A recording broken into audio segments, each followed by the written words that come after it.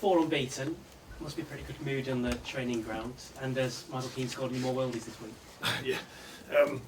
There's always been a good mood here since I got here. There's a certain way that I like the players to work and the staff to work, so I wouldn't say the ups and downs are too amazing.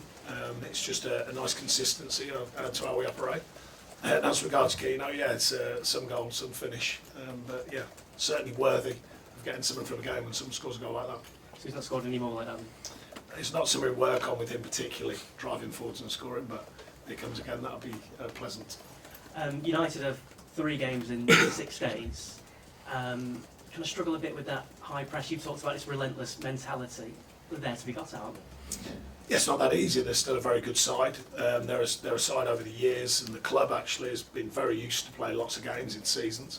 So, there's some things that you wonder whether they might pay you back and might be helpful, but you can't guarantee that. So, as ever, my focus remains on us. It remains on our build-up and our prep, and having the players in the right mental frame of mind, the right tactical frame of mind, the right physical frame of mind to go and deliver a performance, because that's what it takes every week in the Premier League. And certainly there's some very tough places to go, and Old Trafford's definitely one of them. Now, I won't ask you about Dominic Calvert-Lewin, I'm assuming he's still injured, but just to touch on Ellis Sims, he got a brilliant goal against Chelsea. What more do you want to see from him to maybe start a game or get more minutes? Yeah, he's got to continue working at his game, continue learning about the game, which he is doing. We've shown him clips, we've spoken to him. He shared a view on what he thought. I mentioned that the other week, and I agree with him. So, it's a continued work in progress. But learning about the Premier League, it can take time sometimes. So, when he gets his time on the pitch, that's important to him and important to us. But making sense of it and learning, I think, is the biggest thing for me as a young centre forward, or young in the Premier League, that is. Learning to earn his spurs and how the Premier League works. Anything specifically you really want him to focus on? Yeah. Okay. Marcus Rashford, of course, has been brilliant for Man United. Have you got any ideas in a game plan at the moment of how you're going to try and stop him?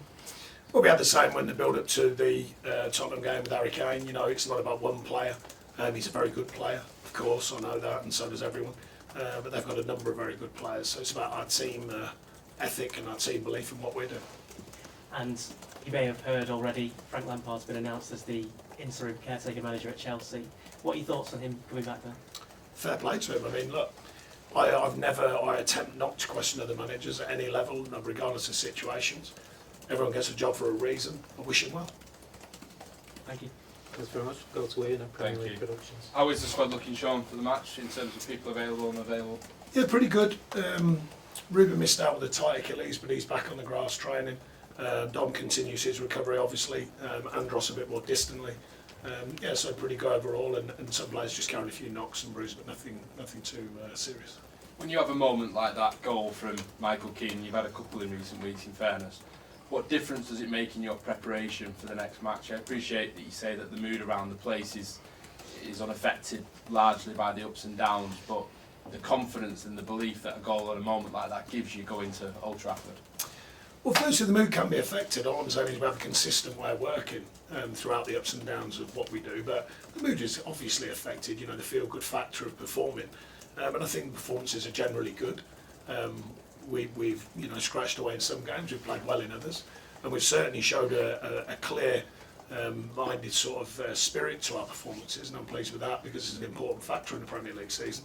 Look, all these things add to something different. Keano's goal adds a different feel to what was a strong performance, I thought. 11v11, 10v11, 10v10 at the end. It was a strong performance, so I was very pleased with the performance level, and that just added another feel-good factor to it. The fact the fans get a reward for an outstanding performance from them, as it has been since I've been here, and they get the award for staying behind the team in a fantastic moment for Keano as well. How much does it help you and the buy-in from the players and the fans and everyone really for what you're trying to achieve when you get moments like that and you get points from matches like Tottenham? How much does it help the entire process?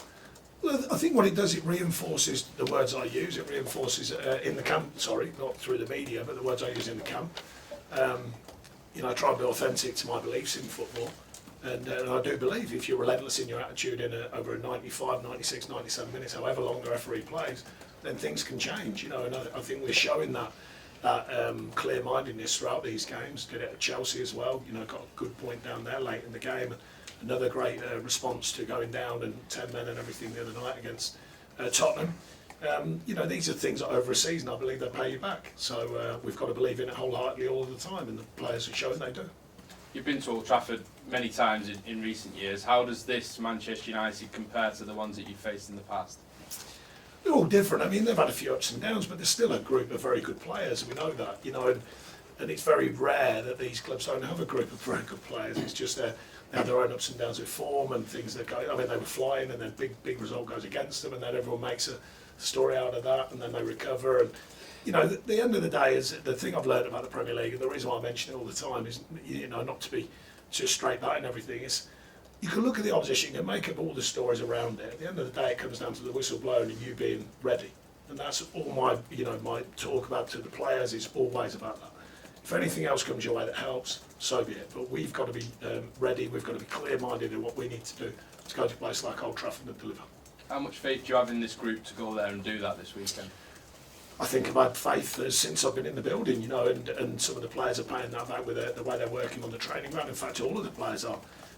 You know, the squad mentality that I preach to them is important, and I think, you know, you saw people activating from the bench the other night, people coming into games, people wanting and being thirsty to affect a situation. Everyone's got to make a difference, not just one person, it's everyone. Thank you, Sean. Thank you. Thanks, Ian. We'll go to James Mountford at Radio Merseyside. Sean, we've seen the team respond well under different sort of scenarios. Brentford, when you took the league really early and you saw that out, and then the last two games going behind and then getting something out. Do you have like a scenario for each game in terms of the game management? No, I think the way that we want the players to be effective, it kind of, we're hoping it covers many situations, tactical situations during a game. You know, some teams do flex their tactics during a game.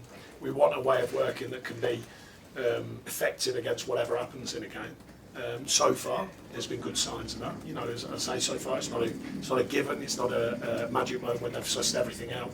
But that open-minded and the open-minded is on the pitch to affect things. You know, if they see something, you know, players are football bright. If I ask them at half-time, which I often do, what they think, they give you the right answers. So then I express them, get it changed while you're on the pitch. You know, don't just always wait for half-time. Affect it while you're on the pitch, and I think we've got some players who can do that and help while they're out there. And then obviously my job is to guide them at half time and then feedback after the game to get us stronger for the future. A lot's been made on the outside of Michael Keane's resurgence since you came in, and James Tarkowski has he been part of that, and how useful has that been? And being a former centre half yourself, having that chemistry between the players and the fact that they played together at Burnley. Well, they weren't quite as good as me, obviously, but the idea being that just the connection between them, you know, it was a long-standing one. I didn't change it for that reason. I just felt that the change was relevant at that time.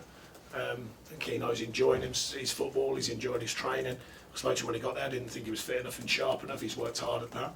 And he's shown good signs of that. You know, he's not the only player here. There's a lot of players who are working very, very hard at their game.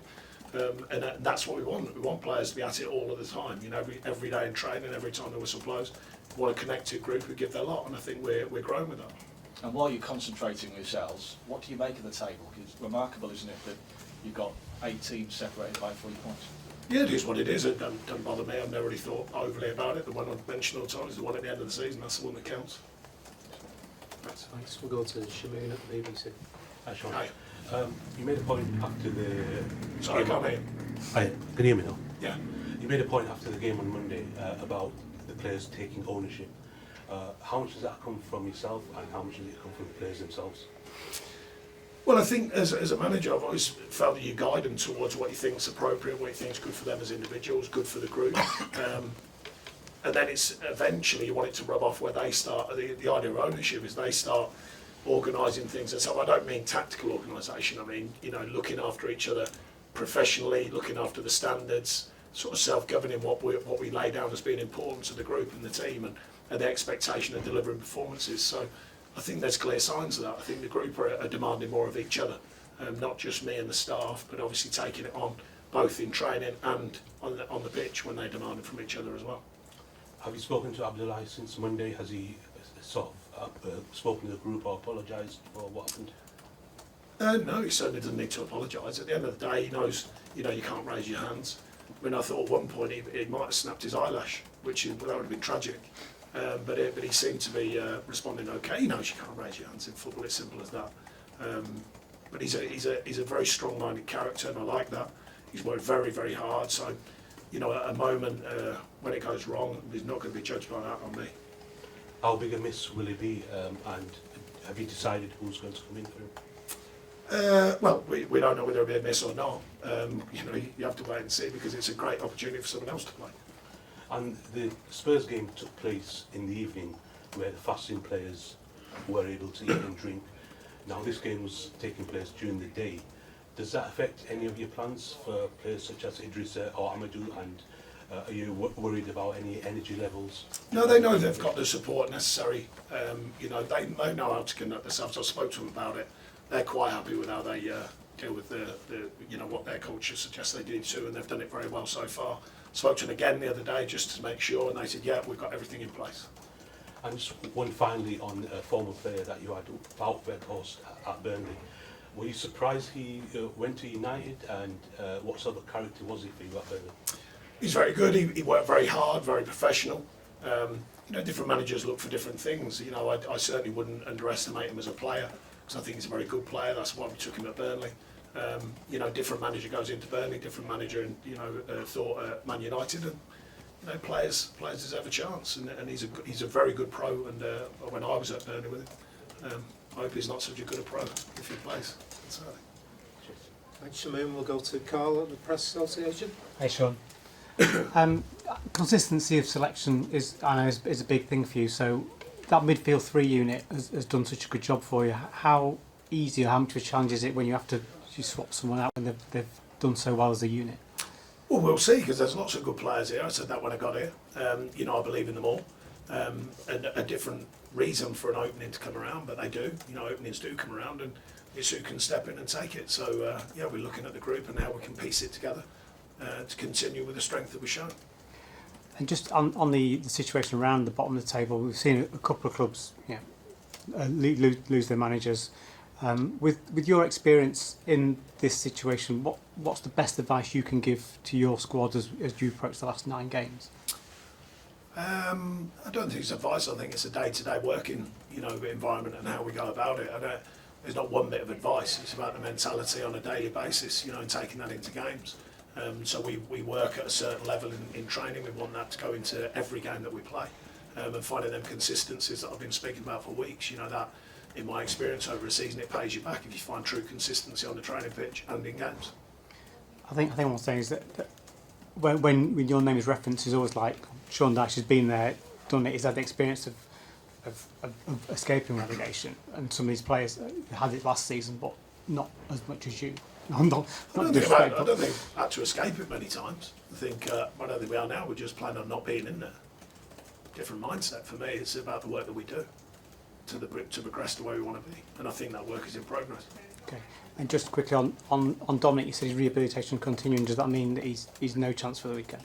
It just means it's continuing on a daily basis, but he's back on the grass. Thank you. Thank you.